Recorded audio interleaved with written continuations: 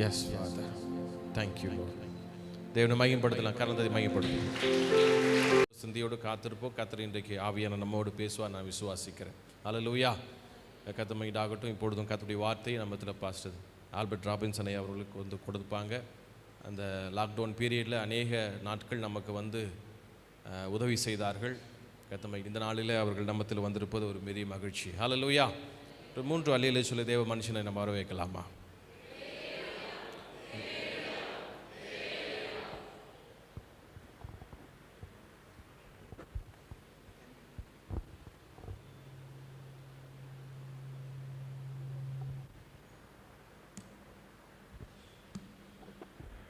ஹல்லேலூயா. ஆண்டவருடைய நல்ல நாமம் மகிமைப்படுவதாக. லாக்டவுனுக்கு அப்புறமா உங்களை பார்க்குறதுல ரொம்ப சந்தோஷம். கர்த்தர் நல்லவர். எப்படி போகுது லாக்டவுன்? அதை ஏன் கேட்குறீங்க?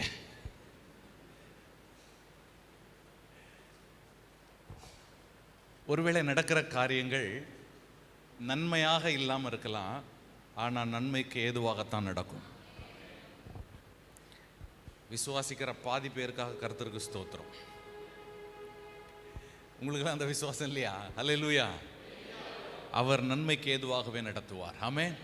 எல்லாம் ரோமர் 8:28 என்ன சொல்லுகிறது?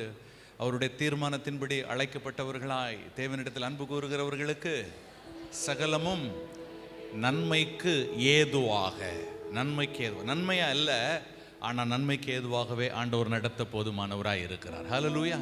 எல்லா சூழ்நிலையிலும் ஆண்டவரே எங்களுக்கு நீங்க போதுன்ற அந்த வாஞ்சை, அந்த விருப்பம் இருக்குமானால் நம்முடைய வாழ்க்கையில் தேவன் ஆச்சரியங்களை அனுப்பி அவர் நம்மை ஆசீர்வதிப்பார். ஆமென். நம்முடைய ஆண்டவர் ஆச்சரியங்களின் தேவன். ஆமென். சொல்லுங்க, நான் ஆராதிக்கிறவர் ஆச்சரியங்களின் தேவன் அவர். ஹல்லேலூயா. இந்த கர்த்தர் உங்களை இந்த நாட்களில் ஆச்சரியப்படுத்த போகிறார். ஏங்க ஆண்டவர் உங்களை ஆச்சரியப்படுத்த போறாருன்னு சொல்றேன் இவ்வளவு. ஹல்லேலூயா. நீர் போதுமே என் வாழ்விலே, நீர் வேண்டுமே என்னாலுமே, நீரே என்றும் ஆதாரமே, உம் அன்பில் மூழ்கிட வாஞ்சையாகினே, உம் தோளில் சாய்ந்திட ஆசையுமாகினே. இந்த பாட்டை நான் பாடியிருக்கிறேனா? யூத் மீட்டிங்கில் பண்ணா நல்ல ஆச்சரியமா இருந்துச்சு. என்னடா நான் பாடுறதுக்கு முன்னாடியே பாடுறீங்களேன்னு பார்க்குறேன். கர்த்தர் நல்லவர். Thank you sister. நீர் போதுமே என் வாழ்விலே, நீர் வேண்டுமே என்னாலுமே, நீரே என்றும் ஆதாரமே, உம் அன்பில் மூழ்கிட வாஞ்சையாகினே, உம் தோளில் சாய்ந்திட ஆசையுமாகினே, உம் அன்பில் மூழ்கிட வாஞ்சையாகினே, உம் தோளில் சாய்ந்திட ஆசையுமாகினே. இந்த லாக்டவுன் பீரியட்ல ஒரு நாள் நைட்டு பாஸ்டர் கூப்பிட்டாங்க, ஒரு மெசேஜ் ஷூட் பண்ணணும் அப்படின்னு சொல்லிட்டு மேலதான். அதுக்காக வந்துட்டு இருக்கும்போது இந்த பைபாஸ்ல அப்படியே ஆராய்ச்சிட்டே வந்துட்டு இருக்கும்போது ஆண்டவர் கொடுத்த ஒரு புதிய பாடல். கர்த்தருடைய நாமத்துக்கு ஸ்தோத்திரம். ஒரு 5 நிமிஷம் அப்படியே கொஞ்சம் ஆண்டவரை நோக்கி பார்த்து, ஆண்டவரை நாங்கள் வார்த்தையா சொல்லல, எங்க உள்ளத்தை நாங்க வெளிப்படுத்துறோம் ஆண்டவரே, எங்க ஆசையை நாங்க சொல்றோம் ஆண்டவரே, எங்க தேவை, எங்க வாஞ்சை, எங்க ஏக்கம், எங்க எதிர்பார்ப்பு எல்லாமே நீங்க தான் ஆண்டவரே. அப்போ பார்த்து நம்ம எல்லாரும் சொல்லலாமா? நீர் போதுமே என் வாழ்விலே, நீர் வேண்டுமே என்னாலுமே, நீரே என்றும் ஆதாரமே. உம் அன்பில் மூழ்கிட வாஞ்சையாகினேன், உம் தோளில் சாய்ந்திட ஆசையுமாகினேன். நீர் போதுமே என் வாழ்விலே, நீர் வேண்டுமே என்னாலுமே, நீரே என்றும் ஆதாரமே. உம் அன்பில் மூழ்கிட வாஞ்சையாகினேன், உம் தோளில் சாய்ந்திட ஆசையுமாகினேன். உம் அன்பில் மூழ்கிட வாஞ்சையாகினேன், உம் தோளில் சாய்ந்திட ஆசையுமாகினேன். ஹல்லேலூயா. சரி, எல்லாம் சேர்ந்து பாடலாங்களா? ரொம்ப சிம்பிள். நீர் போதுமே என் வாழ்விலே, நீர் வேண்டுமே என்னாலுமே, நீரே என்றும் ஆதாரமே. சரி, ஃபர்ஸ்ட் ஹாஃப் நான் பாடுறேன், செகண்ட் ஹாஃப் நீங்க பாடுங்க. சரிங்களா? இஸ்ரவேலின் துதிகளுக்குள்ளே வாசமாயிருக்கிற பரிசுத்தர். நான் பாடும்போது சங்கீதக்காரனோட சேர்ந்து நாம சொல்ல போறேன், என் உதடு இல்ல ஆண்டவரே, என் ஆத்துமாவும் கம்பீரித்து மகிழும். ஹல்லேலூயா. சோ ஆஃப் பாடுவோம். சரிங்களா? ரெடியா? நீர் போதுமே நான் பாடுவேன், நீங்க என்ன சொல்லணும்? முதல்ல நீர் போதுமே. சரி, ரெண்டாவது நீர் வேண்டுமே என்னாலுமே, அப்புறம் நீரே என்றும் ஆதாரமே. உம் அன்பில் மூழ்கிட வாஞ்சை ஆகினேன், உம் தோளில் சாய்ந்திட ஆசையும் ஆகினேன். ஆண்டவரை மகிமைப்படுத்தலாம். எஸ். நீர் போதுமே, நீர் வேண்டுமே, நீரே என்றும் உம் அன்பில் மூழ்கிட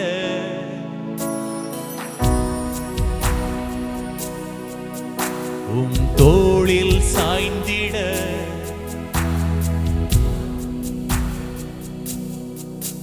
உம் அன்பில் மூழ்கிட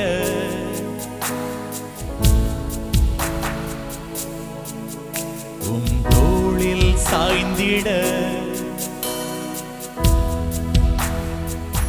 சரி, கர்த்தர் நல்லவர். இப்ப அப்படியே மாத்திக்கலாம்.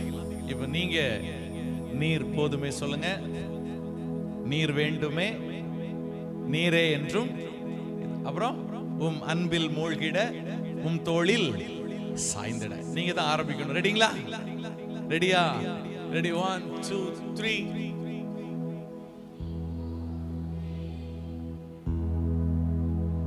1 2 3 சொன்னோன்னு ஆரம்பிக்கணும். சரிங்களா? ரெடி? 1 2 3. என் வாழ்விலே என்னாலுமே ஆதாரமே, வாஞ்சையாகினே. எஸ், ஆசையுமாகினே.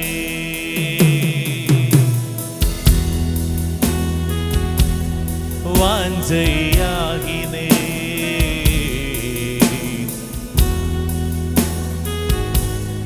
ஆசையுமாகினேன். அப்படி எல்லாரும் சேர்ந்து நீர் போதுமே, நீர் போதுமே என் வாழ்விலே, நீர் வேண்டுமே என்னாலுமே, நீரே என்றும் ஆதாரமே.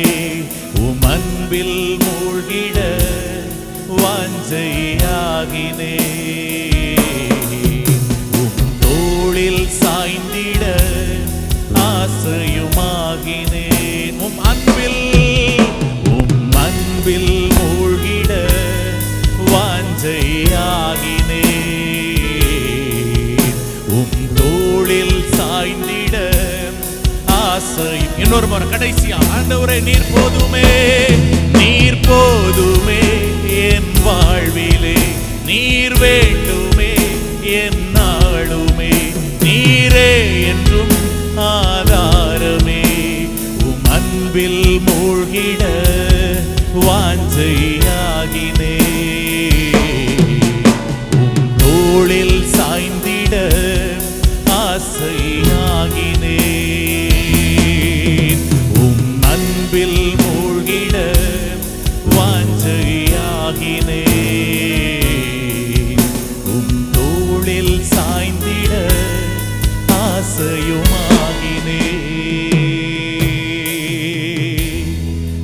ஆசையெல்லாம் நீர்தாரையா,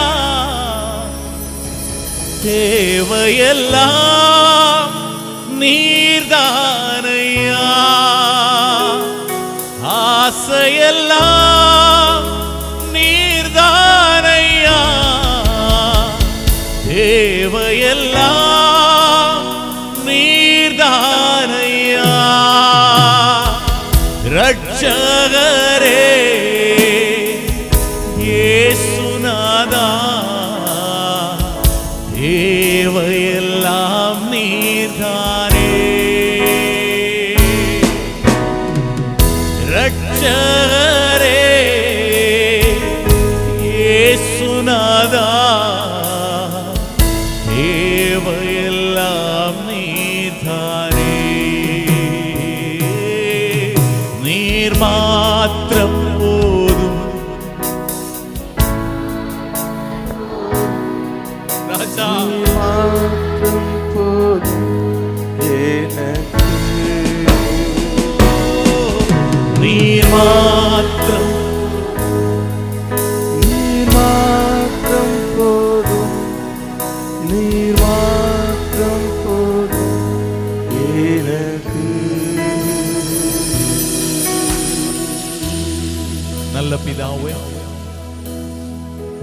ஆச்சரியமான தேவன் நீர் என்பதை என் வாழ்வில் இன்னும் ஒரு விசை விளங்க பண்ணுவீராக.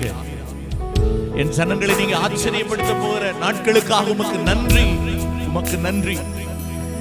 தொடர்ந்து ஆவியானவர் எங்களை ஆளுகை செய்து நடத்துவீராக. எங்கள் ஆண்டவர் இரட்சகருமாய் இயேசுவின் நல்ல நாமத்தில் ஜெபிக்கிறோம் பிதாவே, ஆமென். ஹல்லேலூயா. அவர் ஆச்சரியங்களின் தேவன், அவர் உங்களை ஆச்சரியப்படுத்துவாராக. ஆமென். ஒரு வசனத்தை நாம் வாசித்து அவருடைய வார்த்தையை நாம் தியானிக்க போகிறோம். ஆபகுக் தீர்க்கதரிசன புஸ்தகம் அதனுடைய 2ஆம் அதிகாரம் வசனங்கள் 1 முதல் 4 வரை வாசிக்க கேட்கலாம். அதிலிருந்து ஒரு வார்த்தையை எடுத்து நம் கர்த்தருடைய வார்த்தையை நாம் தியானிக்க போகிறோம். ஆபகுக் தீர்க்கதரிசன புஸ்தகம் 2ஆம் அதிகாரம் முதல் 4 வசனங்கள், பக்கம் 1084 பழைய ஏற்பாடு. யாராவது வாசிக்கிறீங்களா? நான் என் காவலிலே தரித்து அரணிலே நிலை கொண்டிருந்து அவர் எனக்கு என்ன சொல்வார் என்றும் அவர் என்னை கண்டிக்கும் போது நான் என்ன உத்தரவு சொல்ல வேண்டும் என்று கவனித்து பார்ப்பேன் என்றேன். அப்பொழுது கர்த்தர் எனக்கு பிரதி உத்தரமாக, நீ தரிசனத்தை எழுதி அதை கடந்தோடுகிறவன் வாசிக்கும்படி பலகைகளிலே தீர்க்கமாக வரை. குறித்த காலத்துக்கு தரிசனம் இன்னும் வைக்கப்பட்டிருக்கிறது, முடிவிலே அது விளங்கும். அது பொய் சொல்லாது, அது தாமதித்தாலும் அதற்கு காத்திரு, அது நிச்சயமாய் வரும், அது தாமதிப்பது இல்லை. இதோ அகங்காரியாய் இருக்கிறானே, அவனுடைய ஆத்துமா அவனுக்குள் செம்மையானதல்ல, தன் விசுவாசத்தினாலே நீதிமான் பிழைப்பான். ஹல்லேலூயா. 3ஆம் வசனத்திலிருந்து 2 வார்த்தைகளை சொல்லும்படிக்கு என்னுடைய ஆவியிலே நான் உணர்த்தப்பட்டேன். காத்திரு, அது தாமதிப்பதில்லை. ஆமென். 2 வார்த்தைகளை, ஏன்னா நான் வரும்போதே ஒரு பெரிய போராட்டத்தோடு தான் வந்தேன். ஆண்டவரே, எனக்கு ஒரு கிளாரிட்டி கிடைக்கல, ஒரு தெளிவான பிக்சர் கிடைக்கல. நான் என்ன வசனத்தை பேசணும், 2-3 காரியங்கள் மனதில் வந்து போச்சு. ஆனால் இங்கே வந்து உட்கார்ந்ததுக்கப்புறம் ஆண்டவருடைய உள்ளத்தில் பேசணும் ஒரு வார்த்தை. ஆண்டவர் உங்களை உற்சாகப்படுத்தும்படி உங்களுக்கு சொல்ல சொன்ன வார்த்தை காத்திரு, அது தாமதிப்பதில்லை. கையெல்லாம் கொடுக்க முடியாது, ஏன்னா சோஷியல் டிஸ்டன்சிங். அதனால் பக்கத்தில் இருக்கிறவங்கள பார்த்து கொஞ்சம் சொல்லுங்கள். உங்கள் லெஃப்டில் ரைட்டில் 2 சைடு இருக்கிறவங்கள பார்த்து மனசார சொல்லுங்கள், நீ காத்திரு.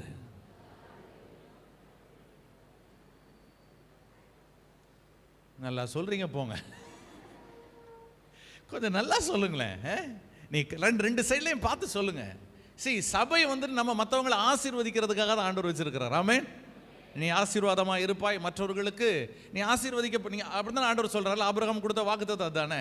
நம்ம ஆசீர்வாதத்தின் ஊற்றுகளாக மாறுவதற்கு அழைக்கப்பட்டவர்கள். உனக்குள் பூமியின் வம்சங்கள் எல்லாம் ஆசீர்வதிக்கப்படும் சொன்னார்ல. அதனால் பக்கத்தில் அவங்கள பார்த்து நல்ல நல்ல ஐ டு ஐ கண்ணை பார்த்து சொல்லுங்க, நீ காத்திரு, அது தாமதிப்பதில்லை. ஆமென். ஆண்டவர் கொடுக்கிற காலை வேளையில் கொடுக்கிற வார்த்தை இதுதான், நீ காத்திரு, அது தாமதிப்பதில்லை. இப்போ நான் வாசிக்கும் போது சில காரியங்களை அடிக்கோடிட்டு விட்டு தொடர்ந்து கர்த்தருடைய வார்த்தைக்கு நேராக அந்த டைம் அதுவும் க்ளோஸ் ஆயிருச்சா பாஸ்டர்? கொஞ்சம் இந்த கொடுங்க, டைம் பார்க்கல.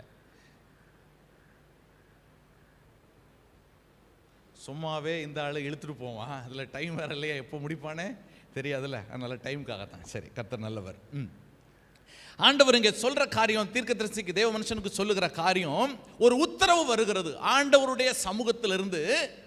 இங்கே ஒரு தேவ மனுஷனுக்கு ஒரு பதில் வருகிறது. என்ன பதில்? நீ காத்திரு, அது தாமதிப்பதில்லை. அப்படியானால் என்ன? ஏதோ சில காரியங்கள் நடக்காமல் போனதை குறித்த தாமதம் இந்த மனுஷனுக்கு ஒரு சோர்வை உண்டாக்கி இருக்க வேண்டும்.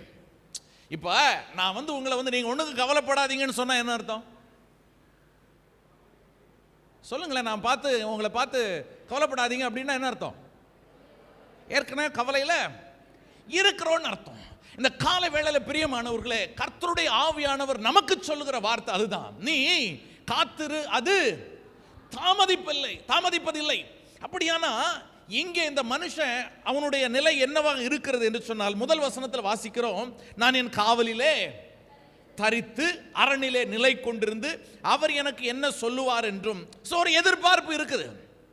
ஒரு எதிர்பார்ப்போடு கூட இந்த மனுஷன், இந்த தீர்க்கதரிசி தேவனை நோக்கி அவன் பார்க்கும்போது அவனுக்கு கடந்து வருகிற வார்த்தை தான் என்ன வார்த்தை? நீ காத்திரு, அது தாமதிப்பதில்லை. நம்முடைய வாழ்வில் அநேக தாமதங்கள், அநேக ஏக்கங்கள், அநேக எதிர்பார்ப்புகள் உண்டு.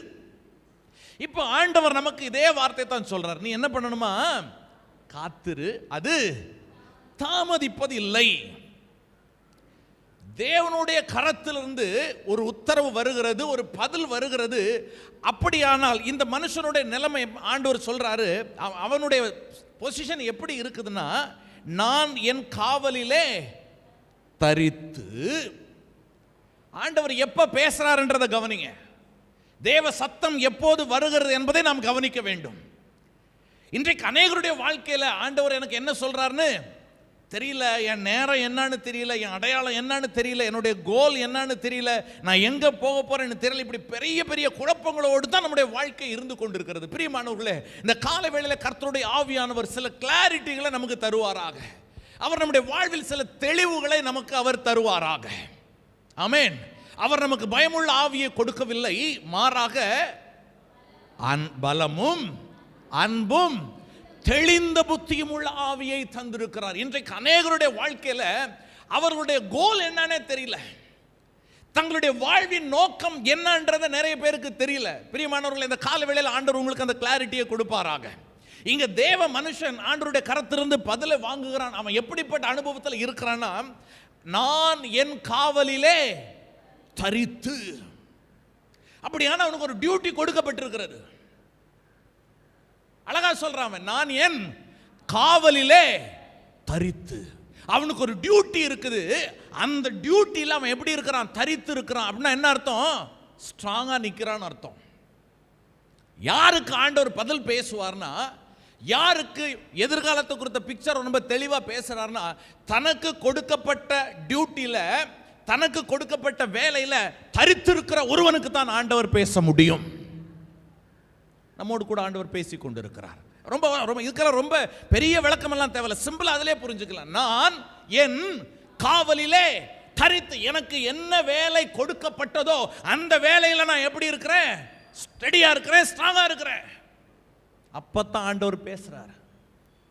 காத்திரு, அது தாமதிப்பதில்லை. யாருக்கு தெரியுங்களா? தன்னுடைய வேலையில ஜாக்கிரதையா இருக்கிறவனுக்கு. தன் வேலையில ஜாக்கிரதையா இருக்கிறவனை கண்டால் அவன் எங்க நிற்பானா? ராஜாக்களுக்கு முன்பாக நிற்பான். ஹல்லேலூயா. சோ நம்முடைய டியூட்டி என்னன்றதை முதல்ல கொஞ்சம் தெளிவுபடுத்திப்பது நல்லது. பாருங்க, நான் என் காவலிலே தரித்து, அப்புறம் அரணிலே நிலை கொண்டிருந்து. ஒரு ஸ்டெடியான கிறிஸ்தவ வாழ்க்கை வேணும் முதல்ல. ஒரு நிலையான ஆவிக்குரிய வாழ்க்கை வேணும் முதல்ல. அங்க ஒரு காலு, எங்க ஒரு காலு, வேலைக்கே ஆகாது. இது இன்னும் போனால் ரொம்ப நிறைய பேசலாம். ஆண்டவர் சொல்ல வருகிற காரியத்தை மட்டும் இது நல்ல நீங்கள் வீட்டில் போய் தியானம் பண்ணுங்க, ஆண்டவர் உங்களோடு கூட பேசுவார். காவலில் என்ன பண்ணணுமா?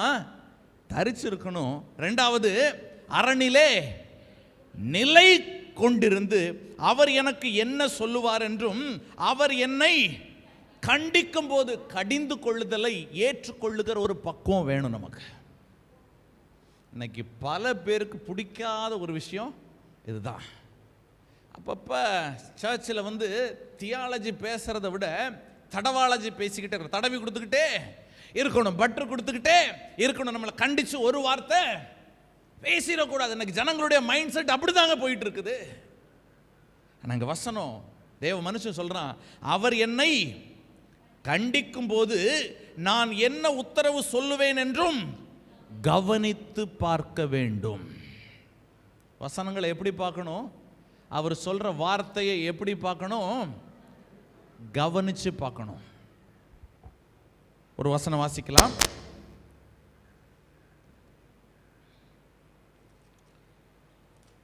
Thank you Jesus. 2 பேதுரு 1 அதிகாரம் 19வது வசனம். அதிக உறுதியான 2 பேதுரு 1:19.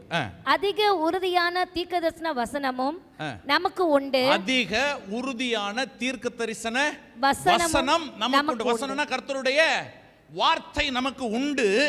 பொழுது விடிந்து விடிவெள்ளி உங்கள் இதயங்களில் உதிக்கும் அளவும் இருளுள்ள ஸ்தலத்தில் பிரகாசிக்கிற விளக்கை போன்ற அவ்வசனத்தை கவனித்திருப்பது நலமாயிருக்கும். வசனத்தை கவனித்திருப்பது எப்படி இருக்கும்? வசனத்தை கவனிச்சா எப்படி இருக்குங்க? நலமா இருக்கும், நல்லதா இருக்கும். அப்ப வசனத்தை கவனிக்கலனா ரொம்ப சிம்பிள்.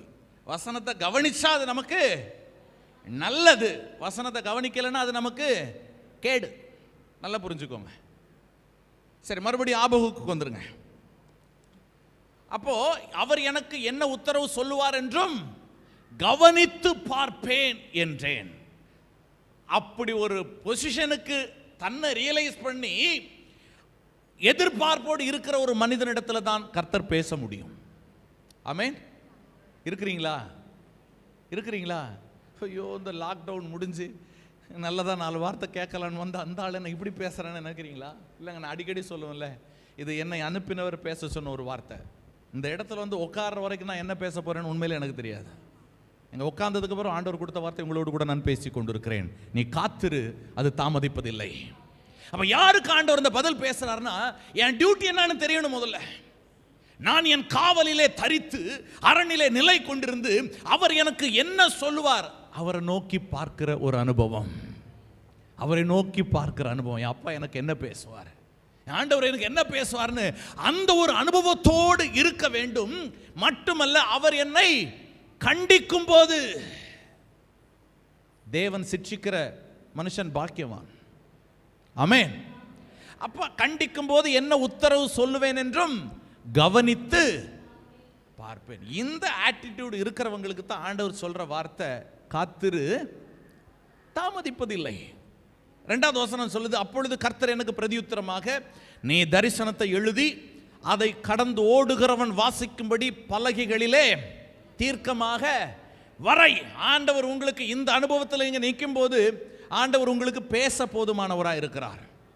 நம்ம அடிக்கடி பாடுவோம்ல, பேசும் தெய்வம் நீர்ல, பேசாத கல்லோ மரமோ நீரல்ல, பேசும் தெய்வம் நீர். அவரு பேசுகிற தெய்வம், அவர் பேசுவாரு. கர்த்தர் சொல்லுகிற வார்த்தைகளை எழுதி வைங்கன்னு சொல்றேன். தனிப்பட்ட வாழ்க்கையில் ஆண்டவர் உங்களுக்கு கொடுக்குற வார்த்தைகளை நீங்கள் என்ன பண்ணணும்? எழுதி வைக்கணும்.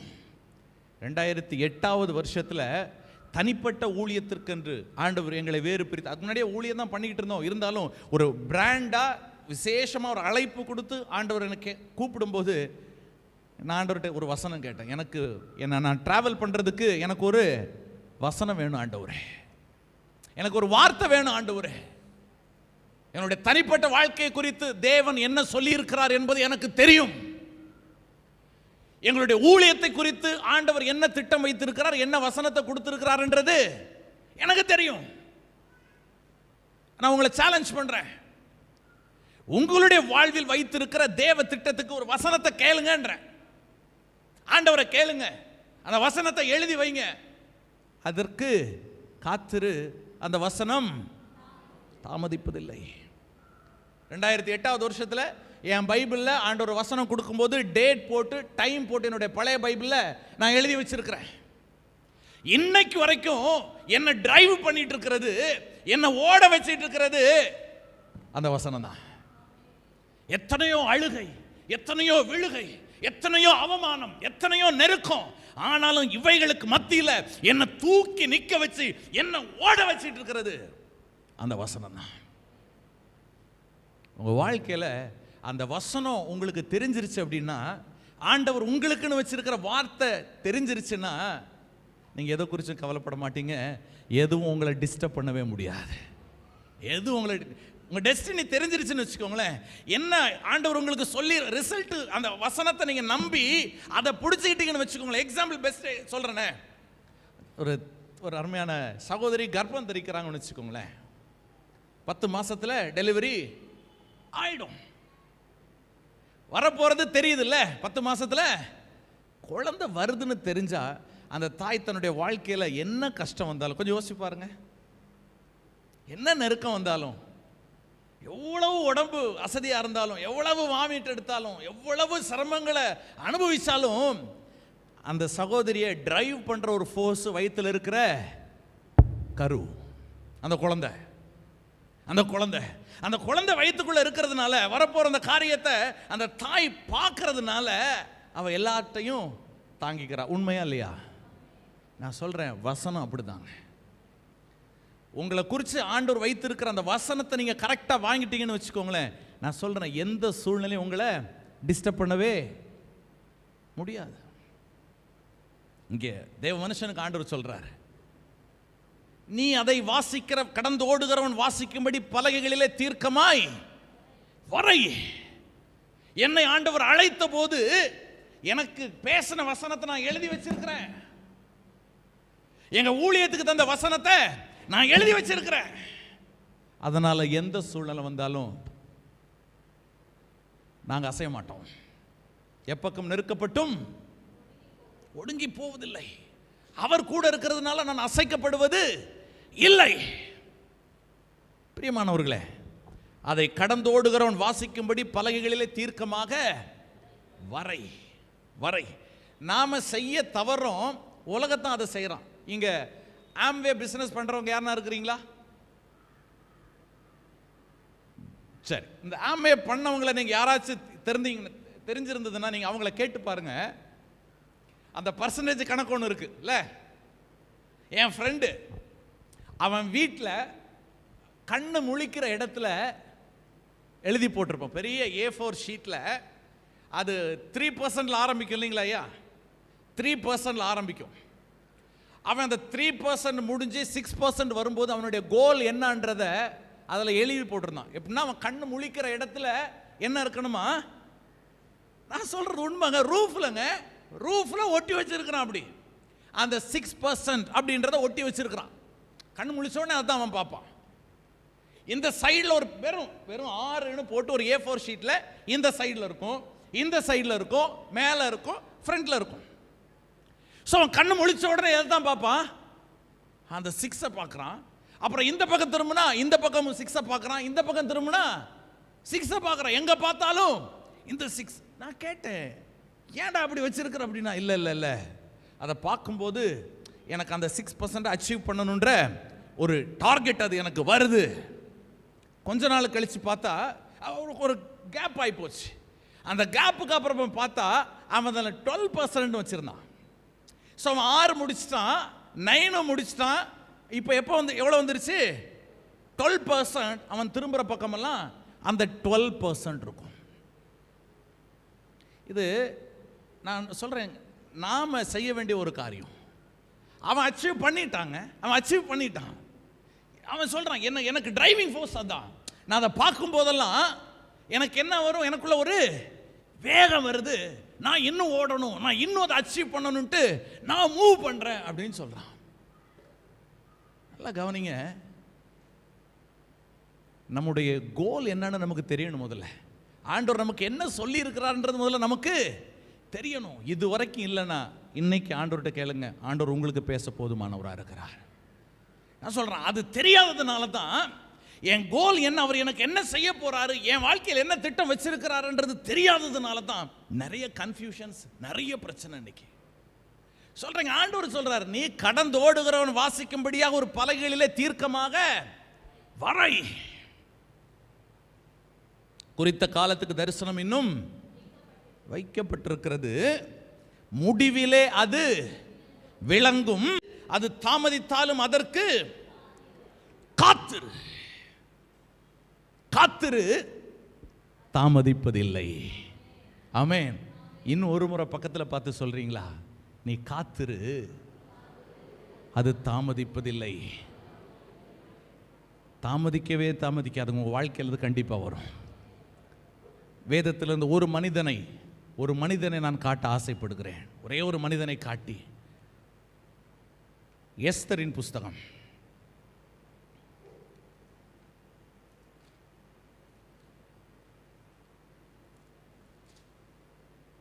6ஆம் அதிகாரத்துக்கு வேதத்தை திருப்பிக் கொள்ளுங்கள்.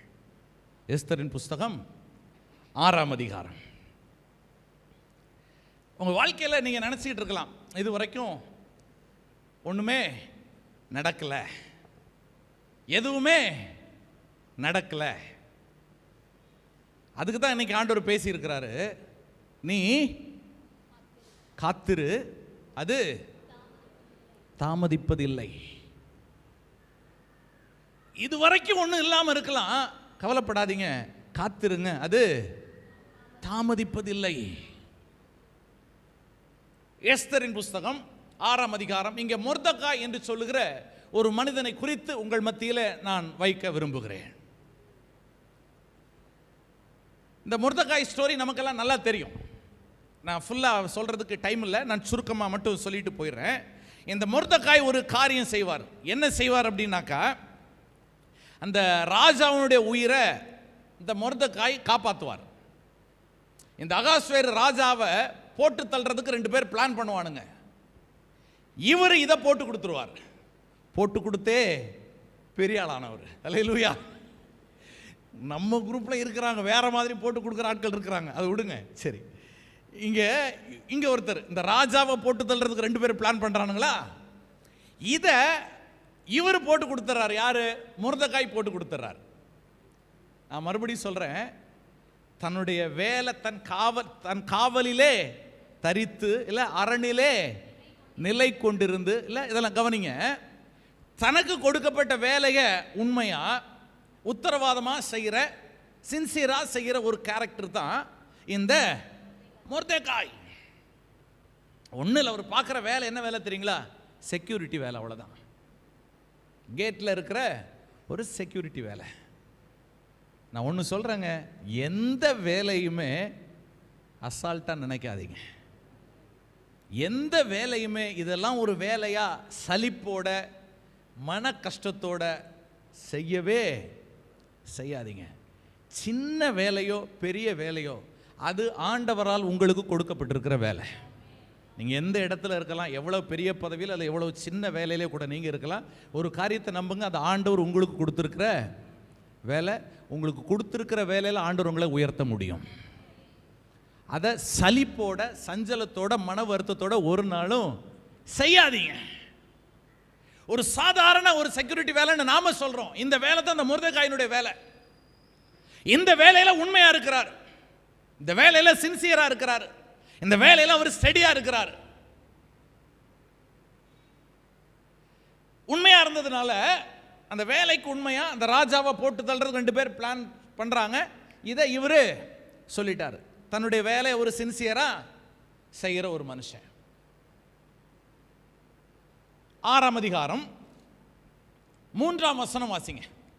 அப்பொழுது ராஜா இதற்காக மொர்தெகாய்க்கு, எதற்காகனா இந்த ராஜாவோட உயிரை அவர் காப்பாத்தி இருக்கிறார் பாத்தீங்களா, அதற்காக இந்த மொர்தெகாய்க்கு ஏதாவது செய்யப்பட்டதா? சொல்லுங்க, வாசிங்க. கனமும் மேன்மையும் செய்யப்பட்டதா என்று கேட்டான். அதற்கு ராஜாவை சேவிக்கிற ஊழியக்காரர் அவனுக்கு ஒன்றும் செய்யப்படவில்லை என்று சொன்னார்கள். இந்த வார்த்தையை கவனிச்சுக்கங்க, ஒன்றும் செய்யப்படவில்லை. ஒருவேளை உங்க வாழ்க்கையில உங்கள் வாழ்க்கையில் இது வரைக்கும் நீங்கள் சொல்லலாம், நான் உண்மையாக தான் இருக்கிறேங்க, ஒழுங்காக உபவாசிக்கிறேன், நான் ஒரு கூட்டம் நான் மிஸ் பண்ணுறதில்ல, காணிக்கையிலையும் நான் கரெக்டாக கொடுத்துட்றேங்க, எல்லாத்துலேயும் நான் கரெக்டாக தான் இருக்கிறேன், ஆனால் எனக்கு இதுவுமே இன்னும் நடக்கலை, ஒன்றுமே நடக்கலை அப்படின்ற மனநிலையில் ஒருவேளை நீங்கள் இருந்தீங்கன்னா இன்னைக்கு ஆண்டவர் உங்களுக்கு பேசிட்டு இருக்கிறார். இங்கே இந்த மொர்தெகாய்க்கு ஒன்றும் செய்யப்படவில்லை.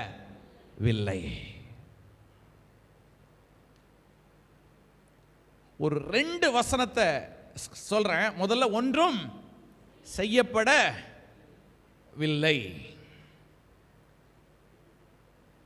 11வது வசனம் வாசிக்கிறீங்களா? அப்படியே ஆமான் வஸ்திரத்தையும் குதிரையையும் கொண்டு போய் மொர்தெகாயை அலங்கரித்து அவனை குதிரையின் மேல் ஏற்றி நகர வீதியிலே உலாவும்படி செய்து, ராஜா கனம் பண்ண விரும்புகிற மனுஷனுக்கு இப்படியே செய்யப்படும் என்று அவனுக்கு முன்பாக கூறினான். முதல்ல ஒரு வசனம் வாசிச்சோம், அதுல ஒன்றும். இந்த 11வது வசனத்துல நகர வீதியில் உலாவும்படி செய்து, அங்க ஒண்ணுமே செய்யல, இங்க எல்லாம் நான் நம்ம அண்டர்ஸ்டாண்டிங்காக நான் இப்படி டிரான்ஸ்லேட் பண்றேன். என்னென்ன பண்றது? 9வது வசனம் வாசிக்கிறீங்களா? மறுபடியும் 9வது வசனம். அந்த வஸ்திரமும் குதிரையும் ராஜாவுடைய பிரதான பிரபுக்களில், இன்னொரு சாரி 7வது வசனத்திலிருந்து வாசிக்க ஆரம்பிங்க. 7ல இருந்தே. ராஜாவை நோக்கி, ராஜா கனம் பண்ண விரும்புகிற மனுஷனுக்கு செய்ய வேண்டியது என்னவென்றால், ராஜா உடுத்திக் கொள்கிற ராஜா வஸ்திரமும் ராஜா ஏறுகிற குதிரையும் அவர் சிரசிலே தரிப்பிக்கப்படும் ராஜ முடியும் கொண்டு வரப்பட வேண்டும். அந்த வஸ்திரமும் குதிரையும் ராஜாவுடைய பிரதான பிரபுக்களில் ஒருவருடைய கையிலே கொடுக்கப்பட வேண்டும். ராஜா கனம் பண்ண விரும்புகிற மனுஷனை அலங்கரித்த பின் அவனை குதிரையின் மேல் ஏற்றி நகர வீதியில் உலாவும்படி செய்து, ராஜா கனம் பண்ண விரும்புகிற மனுஷனுக்கு இப்படியே செய்யப்படும் என்று அவனுக்கு முன்பாக கூறப்பட வேண்டும் என்றான்.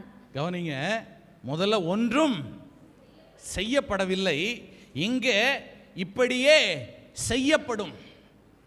ஒண்ணுமே செய்யல, ஒன்றும் செய்யப்படவில்லை, இப்போது எல்லாம் அவனுக்கு செய்யப்பட்டது. இருக்கீங்களா? முதல் ஒரு 2 வார்த்தை சொன்னேன். என்ன வார்த்தைங்க? காத்திரு, அது தாமதிப்பதில்லை. இங்க பார்க்கிறோம், அவனுக்கு ஒன்றும் செய்யப்படவில்லை. இப்ப கடைசியில் அதிகாரம் முடியும் போது அவனுக்கு எல்லாம் செய்யப்பட்டது. ஆண்டவர் நம்முடைய கண்களை திறப்பாராக. ஒன்றும் செய்யப்படாத ஒரு மனிதனுக்கு இப்போது எல்லாம் செய்யப்பட்டது. பிரியமானவர்களே, நீங்கள் காத்திருங்கள், அது தாமதிப்பதில்லை. கர்த்தருடைய ஆவியானவர்களோடு கூட பேசிக் கொண்டிருக்கிறார். ஒன்றும் செய்யப்படவில்லை, எல்லாம் எப்படிங்க? இந்த எஸ்தர் புத்தகத்தை நீங்க கொஞ்சம் அப்படியே படிச்சு பார்த்தீங்கன்னா அப்படியே எக்ஸ்ட்ரீமா நிறைய காரியங்கள் நடந்துட்டு இருக்கும். 3:15 வாசிக்கிறீங்களா? எஸ்தர் 3:15 கடைசி பகுதி. அந்த அஞ்சற்காரர் ராஜாவின் உத்தரவினால் தீவிரமாய் புறப்பட்டு போனார்கள். அந்த கட்டளை சூசான் அரண்மனையில் பிறந்தது. ராஜாவும் ஆமானும் குடிக்கும்படி உட்கார்ந்தார்கள். சூசான் நகரம் கலங்கிற்று. கடைசி வார்த்தை, சூசான் நகரம் கலங்கிற்று. அதே எஸ்தர் 8:15 வாசிங்க, கடைசி பகுதி. சூசான் நகரம் ஆர்ப்பரித்து மகிழ்ந்திருந்தது. Praise the Lord. Hallelujah. 3:15 என்ன சொல்லுது? சூசான் நகரம் கலங்கிற்று.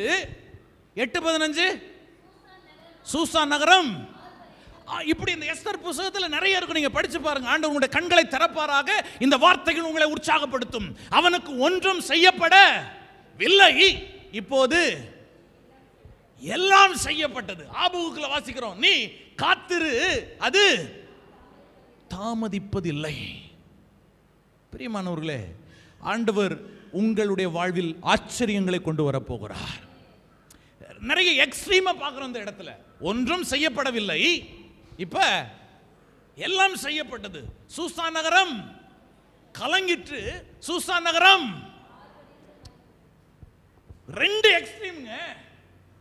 இந்த 2 எக்ஸ்ட்ரீம். அப்போ இந்த ரெண்டு எக்ஸ்ட்ரீமுக்கு நடுவில் ஏதோ ஒரு காரியம் இருக்குது. புரியுதுங்களா உங்களுக்கு? ஹலோ, புரியுதா உங்களுக்கு? சூசான் நகரம் கலங்கிற்று, சூசான் நகரம் அவனுக்கு ஒன்றும் செய்யப்படவில்லை. இப்போ எல்லாம் அப்போ இந்த ரெண்டுக்கு நடுவில் ஏதோ ஒரு மேட்டர் இருக்குதுல்ல, இருக்கா இல்லையா? கொஞ்சம் சுருக்கமா இந்த மொர்தெகாய் வாழ்க்கையில் இந்த அனுபவம் இருக்குது. அவன் என்ன பண்ணான்? அவன் காத்திருந்தான்.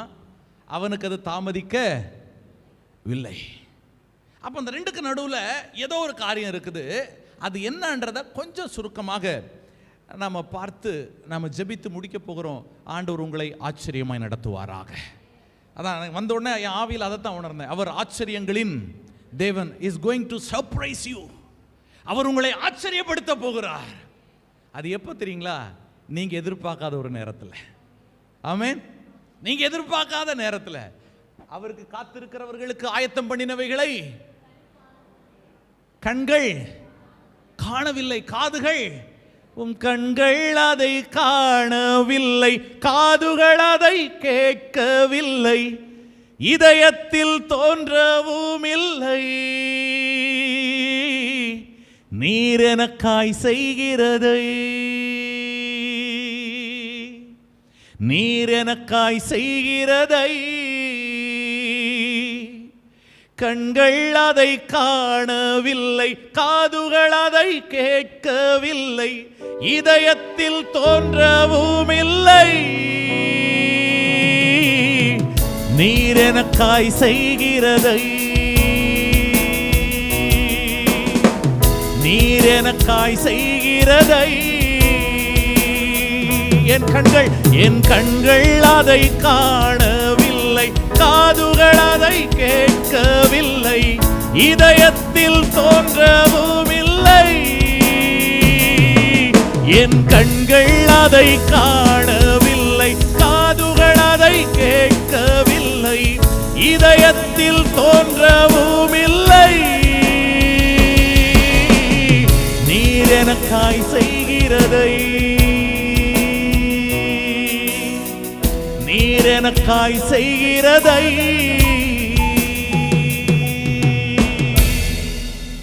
ஆமென். காத்திரு, அது தாமதிப்பதில்லை, ஒன்றும் செய்யப்படவில்லை, எல்லாம் செய்யப்பட்டது. கலங்கி போன ஒரு அனுபவம், ஆர்ப்பரித்திருக்கிற ஒரு அனுபவம். ஆண்டவர் ஆச்சரியங்களினால் உங்கள் வாழ்க்கையை அவர் நிரப்ப போகிறார். ஆமென். அப்ப இந்த மொர்தெகாய் வாழ்க்கையில் ஒரு பெரிய டிரான்ஸ்ஃபர்மேஷன். மொர்தெகாய்க்கு ஆப்படிக்கிறதுக்கு ஒரு டீம் வேலை பார்க்குது. ஆனா அவனுங்களுக்கு ஆண்டவர் வச்சார் பாருங்க ஆப்பு. இருக்கீங்களா? இருக்கீங்களா? உங்க டியூட்டியில நீங்க சின்சியரா இருந்தீங்கன்னா உங்களுக்கு யாரு வேலை பார்த்தாலும், உங்களை போட்டு தள்ளுறதுக்கு யாரு வேலை பார்த்தாலும் அத்தனை பேருக்கும் ஆண்டவர் அற்புதமான ஆப்படிக்க போதுமானவராக இருக்கிறார். உண்மைங்க, உண்மை. உங்களுக்காக வழக்காட அவர் இருக்கிறார், உங்களுக்காக இரக்கம் செய்ய அவர் இருக்கிறார், உங்களை மேன்மைப்படுத்த அவர் இருக்கிறார். இந்த மொர்தெகாயினுடைய லைஃப்ல இருக்கிற ஒரு சின்ன கேரக்டர் மாத்திரம் பார்த்து நம்ம இந்த செய்தியை நம்ம முடிக்கலாம். 4ஆம் அதிகாரத்துக்கு திருப்பிக் கொள்ளுங்கள். நல்லா சொல்றேங்க, இது நான் யோசிச்சுக்கிட்டே வரல. அந்த டாபிக் பரிசுத்த ஆவியானவர் என் உள்ளத்தில் பேசுனது உங்களோடு கூட நான் பேசி கொண்டிருக்கிறேன். நான் விசுவாசிக்கிறேன், என் உள்ளத்தில் நான் உணர்றேன். நிறைய பேருடைய வாழ்க்கையில் ஆண்டவர் பேசிட்டு இருக்கிறார். நிறைய பேர் இந்த வார்த்தை ரிசீவ் பண்றீங்க. நான் ஆவியில் நான் உணர்றேன். நீங்க ஆண்டவர் உங்க வாழ்க்கையில் செய்கிற ஆச்சரியங்களை நீங்க அனுபவிக்க போறீங்க. ஆமென். நம்ம அந்த ஆகார் ஆண்டவருக்கு பேர் வச்சா, நீர் என்னை, நீங்க நான் சொல்றேன், உங்க வாழ்க்கையில நீங்க ஆண்டவருக்கு பேர் வைக்க போறீங்க. உங்க வாழ்க்கையில் ஆண்டவர் செஞ்ச நன்மைகளை பார்த்து இந்த காலவேளை நான் அப்படிதான் நான் சொல்றேன், அவர் என்னை ஆச்சரியப்படுத்துகிற ஒரு தேவன். ஹல்லேலூயா. அப்படி ஆண்டவர் உங்க வாழ்க்கையில் அவர் செய்ய போகிறார். இப்போ இந்த மொர்தெகாய் வாழ்க்கையில் இருக்கிற ஒரு சின்ன காரியம். முதல் வசனம் வாசிங்க. 4:1. நடந்த யாவற்றையும் மொர்தெகாய் அறிந்தபோது, வெயிட், நடந்த யாவற்றையும் மொர்தெகாய் அறிந்தபோது, தன்னை சுற்றி என்ன நடந்து கொண்டிருக்கிறது என்பதை ஒரு விசுவாசி அறிந்து கொள்ள வேண்டும். நம்ம என்ன காலங்களில் இருக்கிறோம், என்ன சிச்சுவேஷனில் இருக்கிறோம், நம்மளை சுற்றி என்ன நடக்குது, தேசம் எப்படி போட்ட ஒரு நிலைமையில போயிட்டு இருக்குது, சபைகளுடைய நிலைமை என்ன, நம்மை சுற்றி என்ன நடக்கிறது என்பதை என்ன செய்யணும்? முதலாவது நாம் அறிந்து கொள்ள வேண்டும். நம்மளை சுற்றி இப்போ என்ன நடந்துகிட்டு இருக்குதுன்னு கேட்டால் ஒத்த வார்த்தை தான் சொல்லுவோம். என்ன வார்த்தை அது? கொரோனா. இல்லை, அப்போ ஒத்த வார்த்தையில கொரோனா அப்படின்றத நம்ம நிறுத்தி விட முடியாது. அது அப்படியே கடந்து சென்று விட முடியாது. என்ன நடந்துட்டு இருக்குன்றதை நம்ம என்ன பண்ணிக்க வேண்டியது இருக்குது? புரிஞ்சிக்க வேண்டிய அவசியம் உண்டு, அதற்கான அவசரமும் உண்டு. நம்ம வாழ்ந்து கொண்டிருக்கிற காலம் எப்படிப்பட்ட காலம்? ஒரு கொள்ளை நோய் மொத்த உலகத்தை அப்படியே தலைகீழா மாத்தி போட்டிருக்குதுங்க. எல்லா செட்டப்புமே மாறி இருக்குது. ஐடி ஃபீல்டில் வேலை பார்க்குறவங்க இருப்பீங்க, உங்களுக்கு தெரியும் இல்லை? அந்த லாகின் பண்ணுறதுக்கு ஒரு நிமிஷம் ஆனால் கூட எவ்வளோ ப்ராப்ளம் இல்லை?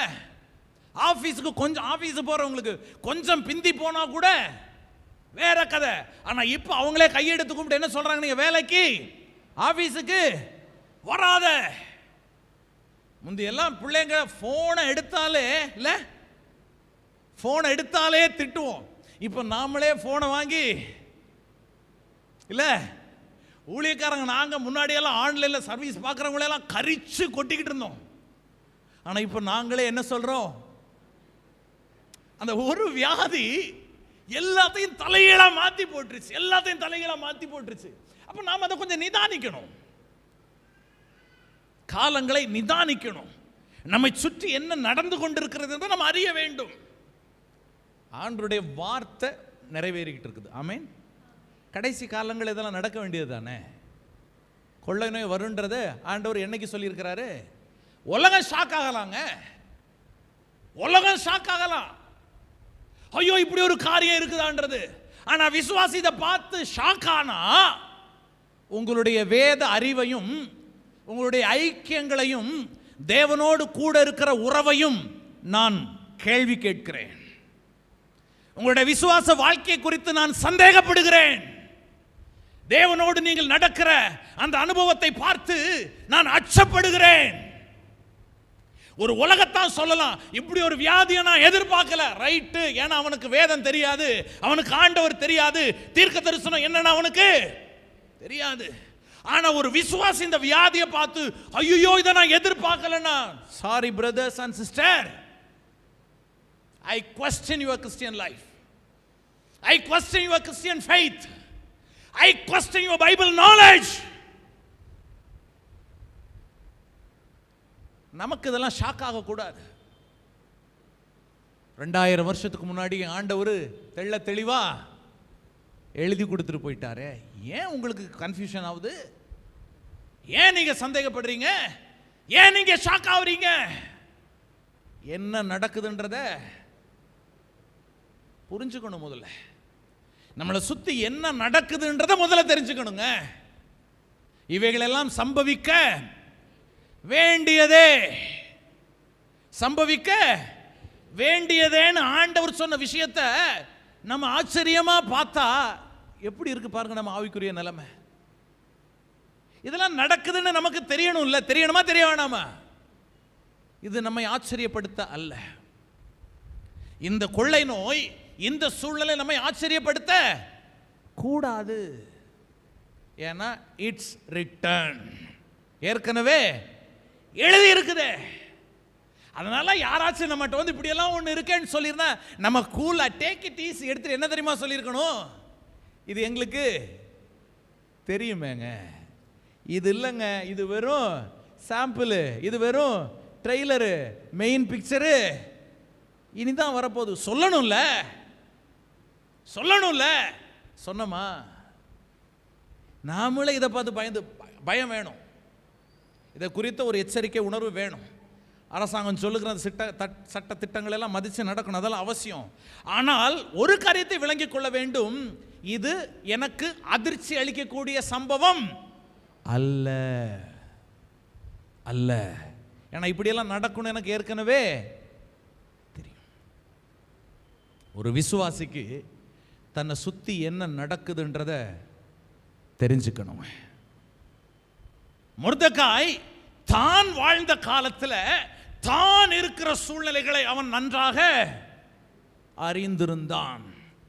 நடந்த யாவற்றையும் மொர்தெகாய் அறிந்தபோது, முதலாவது நாம் வாழுகிற இந்த காலத்தை குறித்த ஒரு அறிவு நமக்கு வேணும். ஒரு சர்வீஸில் நான் பேசியிருந்தேன், இது எப்படிப்பட்ட காலம் என்பதை குறித்து நான் பேசியிருந்தேன். நம்ம சர்வீஸில் தான் நான் பேசியிருந்தேன். இது அறுவடையின் காலம் அப்படின்னு நான் பேசினேன். இது அனுக்கிரகத்தின் காலம் அப்படின்னு நான் பேசினேன். இது ஆராதிக்கிற காலம் அப்படின்னு பேசினேன். யோவான் 4ஆம் அதிகாரத்திலிருந்து நான் எடுத்து பேசினேன். இது அறுவடை காலம், இது அனுக்கிரகத்தின் காலம், இது ஆராதிக்க வேண்டிய ஒரு காலம். நம்மளை சுற்றி என்ன நடந்துட்டு இருக்குன்றத முதல்ல நாம் என்ன பண்ணணுங்க, தெரிஞ்சுக்கணும். இதெல்லாம் அவருடைய வருகைக்கான அடையாளங்கள். நடந்த யாவற்றையும் மொர்தெகாய், உங்களை சுற்றி என்ன நடக்குதுன்றத தயவு செஞ்சு தெரிஞ்சுக்கோங்க முதல்ல. அடுத்து பார்க்குறோம், மொர்தெகாய் தன் வஸ்திரங்களை கிழித்து ரெட்டுடுத்தி சாம்பல் போட்டுக்கொண்டு நகரத்தின் நடுவே புறப்பட்டு போய் துயரமுள்ள மகா சத்தத்துடனே அலறி கொண்டிருந்து. அப்படின்னா நடக்கிற சூழ்நிலைகளை பார்த்து நீங்க டிஸ்டர்ப் ஆகணும்ன்ற இருக்கீங்களா? இருக்கீங்களா? உங்களை சுத்தி நடக்கிற சூழ்நிலையை பார்த்து நீங்க என்ன பண்ணணுங்க? டிஸ்டர்ப் ஆகணும். டிஸ்டர்ப் ஆகணும். தகவல்கள் கேள்விப்படுகிற போது நம்ம டிஸ்டர்ப் ஆகணும். அலங்கம் இடிக்கப்பட்டு கிடக்கிறது என்று சொல்லி ஆனானை கொண்டு வந்த தகவல் நெகேமியாவை டிஸ்டர்ப் பண்ணிச்சு. He disturbed a lot. தகவல்கள் நம்மை டிஸ்டர்ப் பண்ணணும். அவனால் அமைதியா இருக்க முடியல மொர்தெகாயால. தன் ஜனத்துக்கு வருகிற அழிவை பார்த்துட்டு அவனால் அமைதியா இருக்க முடியல. தன் வஸ்திரத்தை கிழித்து ரெட்டுடுத்தி கொண்டு துயர சத்தத்து சாம்பல் போட்டுக்கொண்டு நகரத்தின் நடுவே புறப்பட்டு போய் துயரமுள்ள மகா சத்தத்துடனே அலறி கொண்டு நம்முடைய ஜெப வாழ்க்கையை கேள்வி கேட்கிற ஒரு அனுபவம் அது. ஒரு ஜெப வாழ்க்கைக்கு அடையாளம் அது. ஒரு ஜெப ஜீவியத்திற்கான அடையாளம் அது. முதல்ல தன்னை சுத்தி என்ன நடக்குதுன்றத தெரிஞ்சுக்கிட்ட ஒரு மனுஷனா இருந்தான் மொர்தெகாய். ரெண்டாவது, ஜெபிக்கிற ஒரு மனுஷனாக இருந்தான். கதறுகிற, தேசத்துக்காக கதறுகிற, பரிதபிக்கிற ஒரு மனுஷனாக அவன் இருந்தான். உங்க ஜெப வாழ்க்கை எப்படி இருக்குது? மொர்தெகாயினுடைய ஜெப வாழ்க்கை ஒரு சேலஞ்ச் இன்னைக்கு.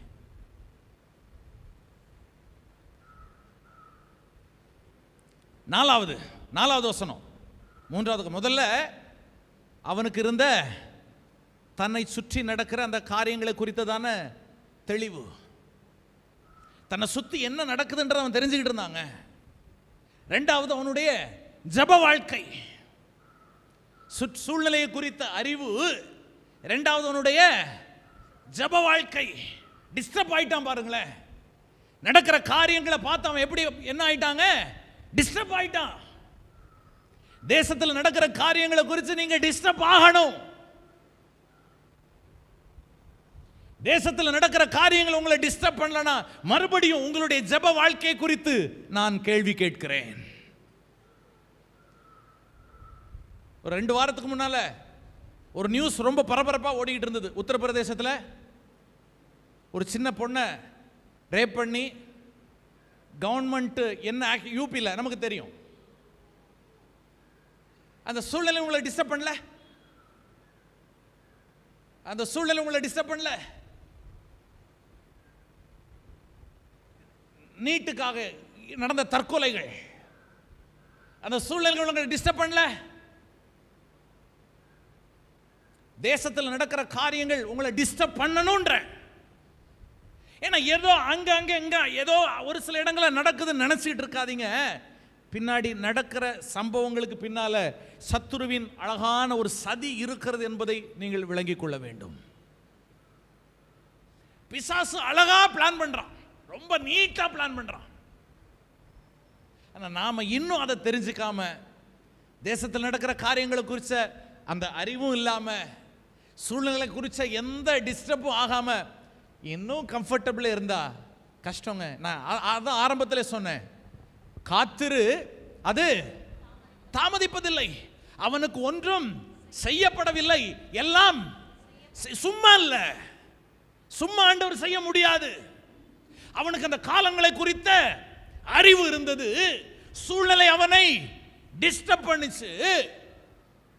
அடுத்து அவன் செய்யற ஒரு காரியம், 4வது வசனம் வாசிங்களேன். அப்பொழுது எஸ்தரின் தாதிமார்களும் அவருடைய பிரதானிகளும் போய் அதை அவளுக்கு அறிவித்தார்கள். அதனாலே ராஜத்தி மிகவும் துக்கப்பட்டு மொர்தெகாய் உடுத்தியிருந்த ரட்டை எடுத்து போட்டு அவனை உடுத்துவிக்கிறதுக்கு வஸ்திரங்களை அனுப்பினால் அவனோ அவைகளை ஏற்றுக்கொள்ளாதிருந்தான். ஒரு கம்ஃபர்டபுளான ஒரு சூழ்நிலைய எஸ்தர் கொடுக்கிறா, அவனோ அவைகளை ஏற்றுக்கொள்ளாதிருந்தான்.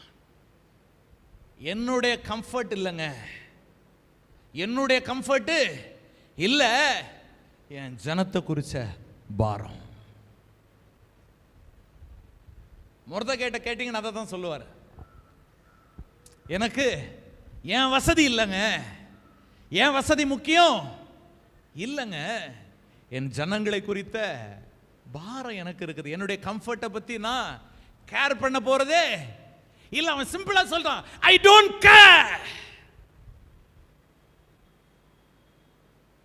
ஆண்டவர் உங்களோடு கூட பேசுவாராக, ஆண்டவர் உங்களோடு கூட பேசுவாராக. முதல்ல தன்னை சுத்தி என்ன நடக்குதுன்றத அவன் தெரிஞ்சுக்கிட்டான். நிதானிச்சு பார்த்துக்கிட்டே இருக்கிறான், நிதானிச்சு பார்த்துட்டே இருக்கிறான்.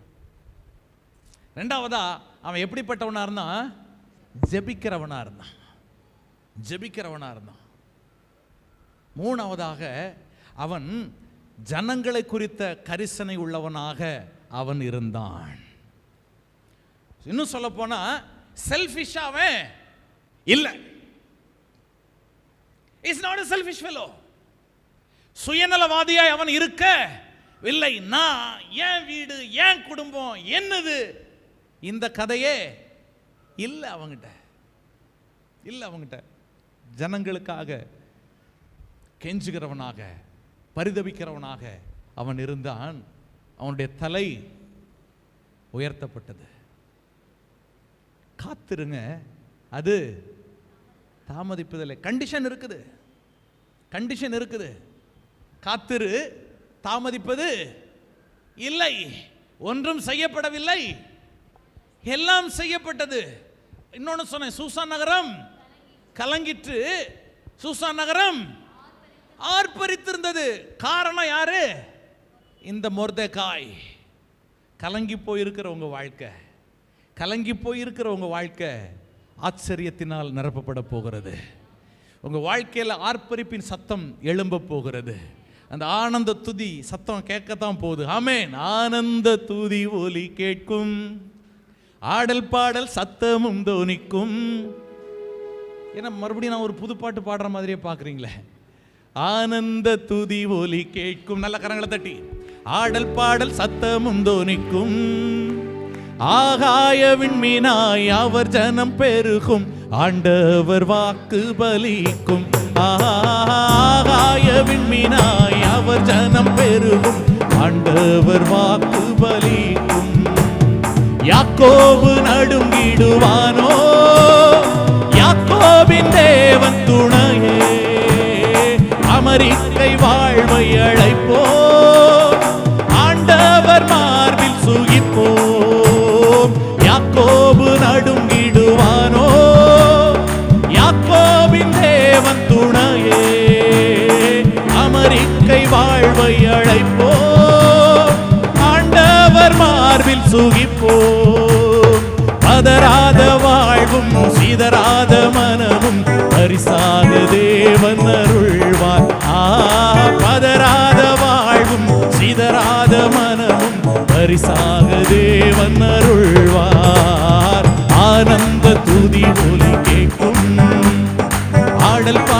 சத்தமும் தோனிக்கும். ஆனந்த துதி, ஆனந்த துதி ஒலி. உங்க வாழ்க்கையில ஆடல் பாடல் சத்தமும் தோனிக்கும். ஆகாய விண்மீனாய் அவர் ஜனம் பெருகும், ஆண்டவர் வாக்கு பலிக்கும். ஆகாய விண்மீனாய் அவர் ஜனம் பெருகும், ஆண்டவர் வாக்கு பலிக்கும். ஹல்லேலூயா. சூசா நகரம் கலங்கிற்று, சூசா நகரம் ஆர்ப்பரித்து மகிழ்ந்திருந்தது. ஹல்லேலூயா. அவனுக்கு ஒன்றும் செய்யப்படவில்லை, எல்லாம் செய்யப்பட்டது. காத்திரு, அது தாமதிப்பதில்லை. பாஸ்டர் ஒரு 5 நிமிஷம் நான் எக்ஸ்ட்ரா எடுத்துக்கிறேன். இல்லைன்னா மட்டும் என்ன கேட்க போறியான்ற மாதிரி அவர் பார்க்குறாரு. 2000 நான் யூத் மீட்டிங்கில் சொன்னேன், என்னோட சின்ன ஒரு டெஸ்டிமனி நான் சொன்னேன். 2012ஆம் வருஷத்தில் ஆண்டவர் சபை ஊழியத்தை கொடுத்தார். எனக்கு பிடிக்காத ஊழியம் சபை ஊழியம். நமக்கு எது பிடிக்காதோ அதில் கொண்டு வந்து நிறுத்தி விட்டு வேடிக்கை பார்க்குறதுல அவருக்கு அப்படி என்ன சந்தோஷமோ தெரியல. ஏன்னா எனக்கு நிறைய நண்பர்கள் பாஸ்டர்ஸு, ஆனால் அவங்க படுற பாடு அந்த சூழ்நிலையெல்லாம் பார்த்துட்டு சாமியோ நமக்கு வேணவே வேணாம் அப்படின்னு முடிவு பண்ணியிருந்தேன். ஆனால் ஆண்டவர் கரெக்டாக கொண்டு வந்து அங்கே தான் நிறுத்தினார். அப்போ சபை ஊழியம்னு சொன்ன உடனேயே நான் கேட்டேன், ஆண்டவரே எதையாச்சும் கிராமத்துக்கு போயிடுறேன். சபை இல்லாத நிறைய கிராமங்களுக்கு நாங்கள் சுவிசேஷத்தை அறிவிக்கிறதுக்கு டீமாக போகிறது பழக்கம். அப்போ அப்படி கேட்கும்போது இல்லை, அப்போஸ்தலர் 18:10 ஆண்டவர் எனக்கு கொடுத்து, இல்லை இந்த பட்டணத்தில் எனக்கு ஜனங்கள் உண்டு. தோமா இருக்கிற அந்த தோமாவுடைய ரத்தம் சிந்தப்பட்ட அந்த இடத்துல எனக்கு அந்த ஜனம் எனக்கு இருக்காங்கன்னு சொல்லி ஆண்டவர் அந்த இடத்துல ஊழியத்தை கொடுத்தார்.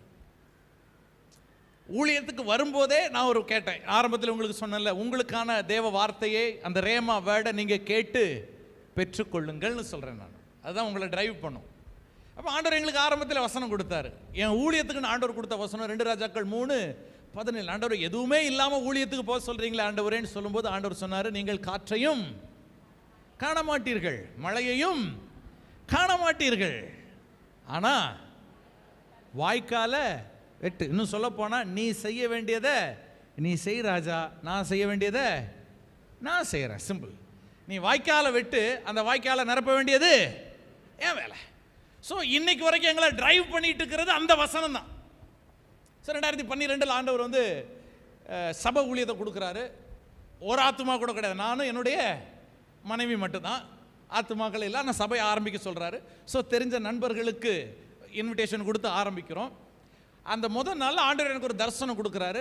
நான் உனக்கு 1000 பேர் இருக்கிற ஒரு சபையை நான் கொடுப்பேன்னு சொன்னார் மினிமம். அதை என்னுடைய தரிசனத்தில் நான் பார்க்குறேன். அதனுடைய இன்ஃப்ராஸ்ட்ரக்சர்ல இருந்து எல்லாத்தையுமே நான் தரிசனத்தில் பார்க்குறேன். அப்போது அந்த சபை ஊழியத்துக்கு முன்னால் ஒரு சகோதரனை ஆண்டவருக்குள்ளே நாங்கள் நடத்தினோம். முதல் சர்வீஸுக்கு அந்த 2வது சர்வீஸுக்கு அந்த ஒரு ஆத்துமா தான் வீட்டில் வச்சு நாங்கள் 3 பேர் தான் உட்காந்து ஆராதித்தோம். ஸோ இப்படியே தான் நடந்துகிட்டு இருந்தது.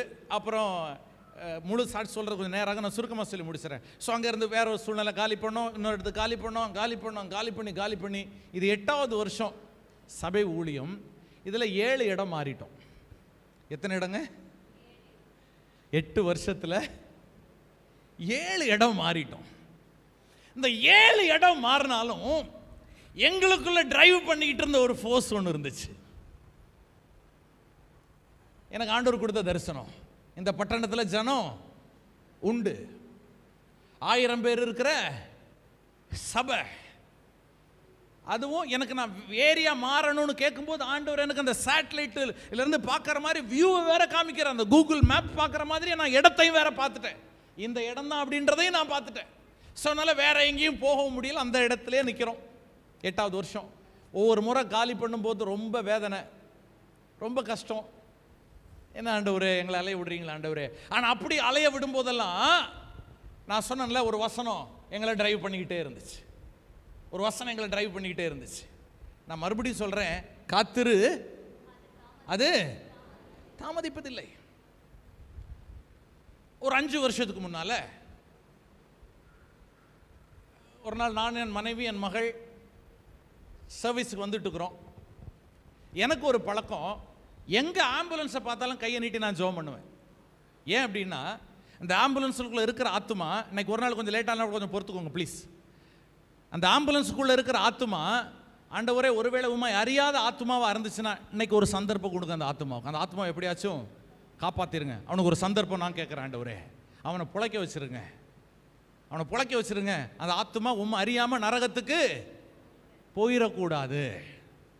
அந்த மாதிரி எந்த பைக்கோ காரோ வீடோ வசனத்தையோ சிலுவையோ பார்த்தா அந்த வீட்டை கையை நீட்டி நான் பிளஸ் பண்ணி ஜோம் பண்ணிடுவேன். ஏன் அப்படின்னா, தங்களை அடையாளப்படுத்துறதுக்கு எவ்வளவோ காரியங்கள் இருக்குது. நிறைய படம் வரையலாம், இல்லை வேற ஏதாவது நல்ல டயலாக் போட்டு போகலாம். ஆனாலும் வசனத்தை போட்டு நாங்கள் கிறிஸ்தவன்னு சொல்லி காட்டுறாங்கல்ல, வீட்டில் ஒரு கிராஸ் வச்சு காமிக்கிறாங்கல்ல, அப்போ நான் சொல்ல ஆண்டவரே இதுக்குரிய ஆசீர்வாதத்தை இவங்களுக்கு கொடுத்துருங்கன்னு சொல்லி ஜோம் பண்ணுறது இன்னைக்கு வரைக்கும் என்னுடைய பழக்கம். ஒருவேளை உங்கள் வண்டிக்கு கூட நான் ஜோம் பண்ணியிருக்கலாம், உங்கள் வீட்டுக்கு கூட நான் ஜோம் பண்ணியிருக்கலாம். அப்போது சபைக்கு வந்துட்டு இருக்கும்போது ஒரு இடத்துல ஒரு காலி இடம், அந்த காலி இடத்துல ஒரு காம்பவுண்டில் கேட்டில் கிராஸ் போட்டிருக்கும். நான் ஒன்று அந்த இடத்த பார்த்து அந்த இடத்துக்காரரை ப்ளஸ் பண்ணி ஜோம் பண்ணுறேன். மெயின் ரோட்டில் அந்த இடம் பிளெயினான இடம், காம்பவுண்டில் கிராஸ். ஒன்று நானும் என் மனைவியும் கையை நீட்டி ப்ளஸ் பண்ணி ஜோம் பண்ணுறேன். ஆண்டவரே அந்த இடத்துக்காரங்களை நீங்கள் என்ன பண்ணுங்கள், ப்ளஸ் பண்ணிடுங்க, ஆசீர்வதிங்க சொல்லிக்கிட்டு சின்னதாக ஒரு ஆசை, எங்களுக்கு இந்த மாதிரி ஒரு இடத்த கொடுத்தீங்கன்னா எங்களுக்கு ஆராதிக்கிறதுக்கு நல்லா இருக்கும் ஆண்டவரே. இது 5 வருஷத்துக்கு முன்னாடி உள்ள சம்பவம். ஸோ அந்த ஏரியாவை நாங்கள் கிராஸ் பண்ணி போகும்போதெல்லாம் ப்ளஸ் பண்ணுறது, ஆண்டவர் இது மாதிரி ஒரு இடம் எங்களுக்கு, அந்த இடம் வேணும்னு கேட்கல, புரிஞ்சுக்கோங்க. ஏன்னா எதுக்கு அடுத்தவங்க சொத்துக்கு நம்ம ஆசைப்பட்டுக்கிட்டு, அதெல்லாம் இல்லை. ஃபெய்த் கிளைமிங்கிறாங்களோ அதெல்லாம் இல்லை. இந்த மாதிரி ஒரு இடம் எங்களுக்கு கொடுத்தீங்கன்னா நல்லா இருக்கும் ஆண்டவரே. அந்த வீட்டிலேருந்து இன்னொரு வீடு மாறணும், அந்த வீட்டிலேருந்து இன்னொரு வீடு மாறணும். இப்போ நாங்கள் இருக்கிற வீட்டுக்கு வந்து 4 வருஷம் ஆச்சு. ஸோ நாங்கள் இந்த வீட்டுக்கு வந்தது 1 வருஷத்துக்கு அப்புறம் தான் தெரியுது, அந்த லேண்டுக்கு ஓனரு நான் இப்போ இருக்கிற வீட்டினுடைய house owner. Praise the Lord. கொஞ்சம் நீங்கள் யோசிக்கணும். ஹவுஸ் ஓனர் இவர். மனசுக்குள்ளே அப்படியே சும்மா பட்டாம்பூச்சியெல்லாம் டன் டன் லல்லான்னு பறக்குது. சரி, இப்போ நேரம் இது இல்லைன்னு வெயிட் பண்ணோம். நான் மறுபடியும் சொல்கிறேன், காத்திரு, அது தாமதிப்பதில்லை. இப்போ நாங்கள் சேர்ச்சை காலி பண்ணிட்டோம். காலி பண்ணிட்டு வரும்போது எங்கள் ஹவுஸ் ஓனர் பையன் என்னை பார்த்து கேட்பான், பிரதர் என்னாச்சு அப்படின்னா, சபை காலி பண்ண சொல்லிட்டாங்கப்பா அப்படின்னு. அவன் என்னை கூப்பிட்டு பேசுவான், பிரதர் எங்களுக்கு இப்படி ஒரு இடம் இருக்குது, இந்த இடத்த அப்பா சேலுக்கு தான் போட்டிருக்காங்க, நீங்கள் அப்பாட்ட போய் பேசுங்க. Praise the Lord. காத்திரு, அது தாமதிப்பதில்லை. அவன் ஆச்சரியப்பட்டு போய் கேட்குறான். நான் சொல்கிறேன், இப்போ 5 வருஷத்துக்கு முன்னாடி இந்த இடத்துக்கு நாங்கள் ஜோம் பண்ணியிருக்கிறோம், நம்ப முடியல. அப்போ ஹவுஸ் ஓனருங்கள்கிட்ட சுருக்கமாக சொல்லிடுறேன், அவங்கக்கிட்ட போய் பார்க்குறோம், அவர்கிட்ட பேசுகிறோம். இதெல்லாம் சொன்னோன்னே அப்படியே ஆச்சரியமாக பார்க்குறாரு, ஆச்சரியமாக கேட்குறாரு. கேட்டுட்டு அவர் சொல்லுவார், எஸ் தம்பி, மனப்பூர்வமாக நான் அதை சபை கட்டுறதுக்கு நான் கொடுக்குறேன். ஒரு ப்ரைஸ் எல்லாம் எவ்வளோ ஜோம் பண்ணீங்க நீ எங்களுக்காக, எனக்காக ஜோம் பண்ணீங்க, சபைக்காக எனக்கு ஜோம் பண்ணீங்களே. இப்போ சபைக்கு இடம் கிடச்சிதுன்னு சொல்கிறேன், மும்முன்னு அப்படி முறைச்சி பார்க்குறீங்க உட்காந்து. Thank you brother. அவர் சொல்கிறாரு, எனக்கு வேறெல்லாம் கொஞ்சம் இடம் இருக்குன்னு அந்த இடத்த நான் சும்மாவே கொடுத்துருவேன், ஆனால் இதான் பையனுக்கு நான் சேர்த்து வச்ச ஒரே ஒரு ப்ராப்பர்ட்டி தம்பி அப்படின்னாரு. கம்மி தான், வெறும் 4 கோடி தான் சொல்லியிருக்கிறார். அல்லேலூயா. இது ஒரு பக்கம். எங்கள் வீட்டுக்கு ஒரு ஊழியக்காரர் வந்தார், வேற ஒரு விஷயமா வந்தார். நான் மறுபடியும் சொல்கிறேன், காத்திரு, தாமதிப்பதில்லை. இன்னொரு ஊழியக்காரர் வீட்டுக்கு ஜெபம் பண்ணுறதுக்கு வர்றாரு, வேற ஒரு விஷயமா வந்தார்.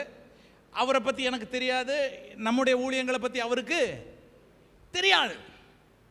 வந்தார், வேலையை முடிச்சு கிளம்பி போகும்போது நான் சொன்னேன், ஊழியக்காரராச்சே ஒரு ஜெபம் பண்ணிருங்கய்யா அப்படின்றேன். அவர் ஜெபம் பண்ணுறார். கண்ணை மூடின உடனேயே கண்ணை திறந்துட்டு சொல்லுவார், பாஸ்டர் ஆண்டவர் ஒரு இடத்த காமிக்கிறார் உங்களுக்கு, சுற்றி ஃப்ளாட்ஸு, நடுவில் இடம், காம்பவுண்டு போட்டிருக்குது, ரோட்டை பார்த்து இருக்குது, அழகான கேட்டு போட்டிருக்குது, இப்படிப்பட்ட ஒரு இடத்த ஆண்டவர் உங்களுக்கு காமிக்கிறாரு. ஹலோ, நம்மளை பற்றி எதுவுமே அவருக்கு தெரியாது. எதுவுமே தெரியாது. நான் என் மாம்ச பிரகாரமாக நான் என்ன பார்க்குறேனோ அதை ஸ்பிரிச்சுவலாக அவர் பார்த்துட்டு எனக்கு சொல்கிறாரு. அந்த புள்ளியெல்லாம் கனெக்ட் பண்ணால் அழகான ஒரு பிக்சர் கிடைக்குதுங்களா? காத்திரு அது. அப்போ அந்த ஹவுஸ் ஓனர்கிட்ட போயிட்டு பேசுகிறோம். அவர் சொல்கிறாரு, தம்பி இது 2.5 கிரவுண்டு இடம், 6000 சதுர அடி. எங்கள் தரிசனம் அப்படி தாங்க. சர்ச்சு மட்டும் இல்லை, பைபிள் காலேஜ், மிஷினரிகளை ட்ரெயின் பண்ணுறதுக்கு இடம், 100 பேர் தங்குற மாதிரியான டாம் ஃபெசிலிட்டி, நிறைய பிளான் வச்சுருக்குறோம். அதுக்கு அப்படிப்பட்ட ஒரு இடம் அவசியம்தான். அப்படிப்பட்ட ஒரு இடம் அவசியம்தான். ப்ளஸ் சொல்கிறாரு, நீங்கள் பணம் எப்போ கொடுத்தா போதும்? 2 வருஷம் அப்புறம் கொடுத்தா போதும். அல்லேலூயா. காத்திரு அது தாமதிப்பதில்லை. அப்போ இன்னொரு கன்ஸ்ட்ரக்ட் பண்ணுற ஒரு தம்பி, ஃபேமிலி ஃப்ரெண்டு, அவரை கூப்பிட்டு இடத்த பாரு, இங்கே தான் நம்ம சர்ச் கட்ட போகிறோம். கையில் 10 பைசா இல்லை, அதுதான் மேட்ரே. சொல்லுவாங்களா, அவன் வெறும் கையில். நம்ம கான்செப்ட் எல்லாம் அது இல்லை பிரதர்ஸ். நம்மலாம் கையே இல்லாமல் முழம் போடுவோம். அல்லேலூயா. அவன் பார்த்துட்டு சொல்லுவான், அண்ணே இதெல்லாம் கட்டி முடிக்கணுன்னாக்கா கிரவுண்டு எல்லாம் சேர்த்து ஒரு மொத்தத்தில் கிரவுண்டுக்கு எல்லாம் சேர்த்து ஒரு 10 கோடி ரூபாய் ஆகணும். அப்படின்னா 10 crores ஒன்லி. அல்லேலூயா. காத்திரு அது.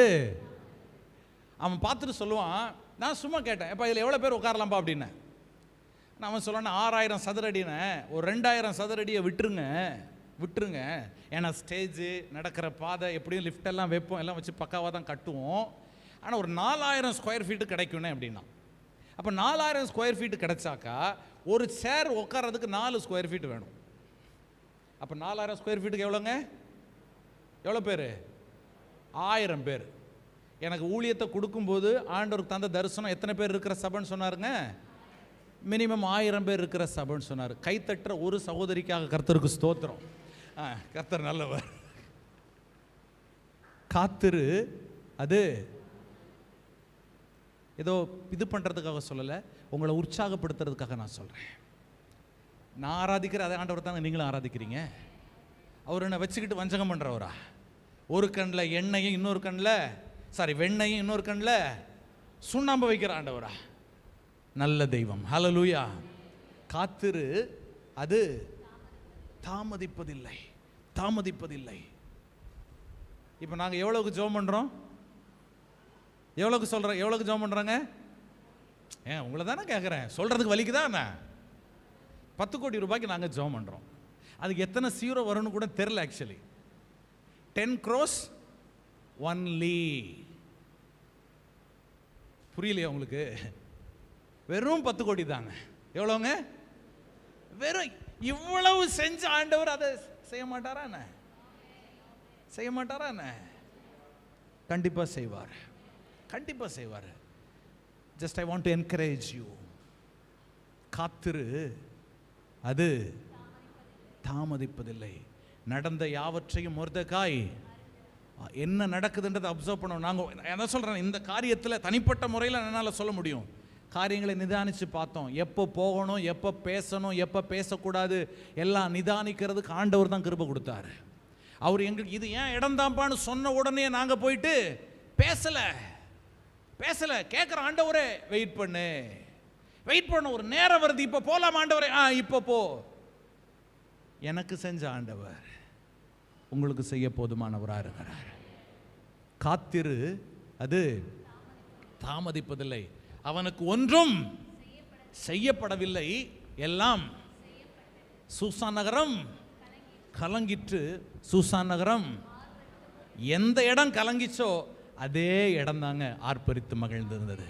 எந்த இடத்துல கலங்கி நிற்கிறீங்களோ, எந்த இடத்துல உடஞ்சி நிற்கிறீங்களோ, எந்த இடத்துல அவமானப்பட்டு நிற்கிறீங்களோ அந்த இடத்துல தேவன் உங்களை ஆச்சரியப்படுத்த போதுமானவராக இருக்கிறார். அப்படியே நம்ம ஒரு நிமிஷம் எந்திரிச்சு நிற்கலாமா?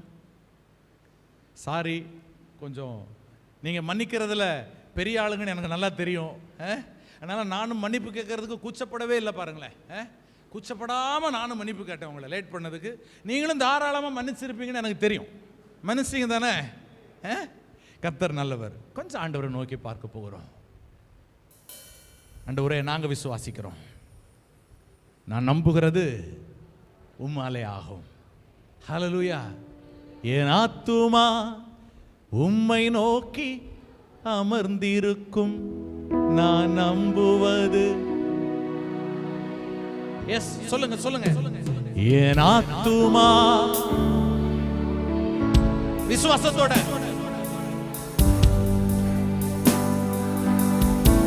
இன்னொரு முறை என் ஆத்துமா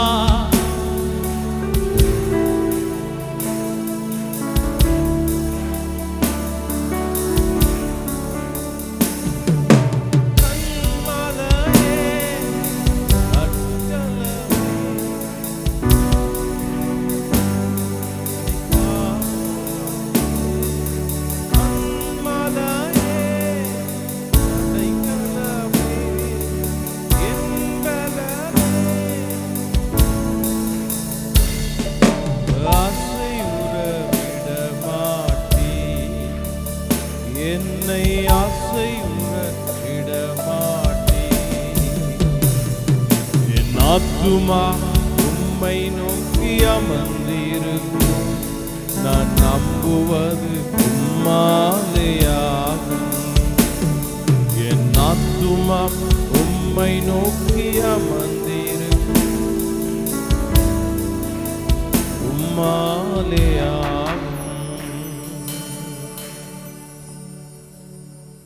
கர்த்தரை நோக்கி காத்திருக்கிறவர்கள் ஒருபொழுதும் அவர் வெட்கப்பட்டு போவதில்லை. நிச்சயமாகவே எல்லாவற்றையும் கர்த்தருடைய வாழ்க்கையில அவரை வாய்க்க செய்கிற தேவனாய் இருக்கிறார். கர்த்தருக்கு காத்திருப்பவர்கள் புது பலனைவார்கள், கழுகுகளைப் போல உயர எழும்புவார்கள். ஆண்டவர் இன்றைக்கு நமக்கு சொன்ன வார்த்தை, காத்திருப்போம், சீக்கிரமாக எல்லாவற்றையும் கர்த்தருடைய வாழ்க்கையில, விரைவாய் கர்த்தருடைய வாழ்க்கையில எல்லாவற்றையும் கர்த்தர் செய்ய வல்லவராய் இருக்கிறார். நல்ல பிதாவே, இந்த நல்ல வேலைக்காக உம்மை துதிக்கிறோம். இந்த நாளில் நாங்கள் உம்மை மகிமைப்படுத்துகிறோம் ராஜா. நீர் வந்து இந்த இடத்துல இந்த பிள்ளைகளை நீர் ஆசீர்வதித்திருக்கிறதற்காக நன்றி செலுத்துகிறோம். உம்முடைய ஊழியராகிய அடியாட்கள் ஆண்டவரே, நாங்கள் வந்திருக்கிற யாவரையும் நாங்கள் மனதார நாங்கள் வாழ்த்தி ஆசீர்வதிக்கிறோம். உங்களுடைய வாழ்க்கையில் கடந்து வந்த பாதைகள், அவர்கள் காத்திருந்த நாட்கள், ஆண்டவரை சீக்கிரமாய் இந்த நாட்களிலே பதில் வர வேண்டும் என்று ஜெபிக்கிறோம். நீண்ட நாள் காத்திருப்பது இருதயத்தை இழைக்க பண்ணோம். அது விரும்பினது வரும்பொழுது அது ஜீவ விருட்சம் போல இருக்கும். உண்மையாகவே நாங்கள் நன்மைகளை நாங்கள் காண வேண்டும் ஆண்டவரே. இந்த பிள்ளைகள் ஒவ்வொரு நாளும் நீர் நடத்தி கொண்டு வருகிறீங்க.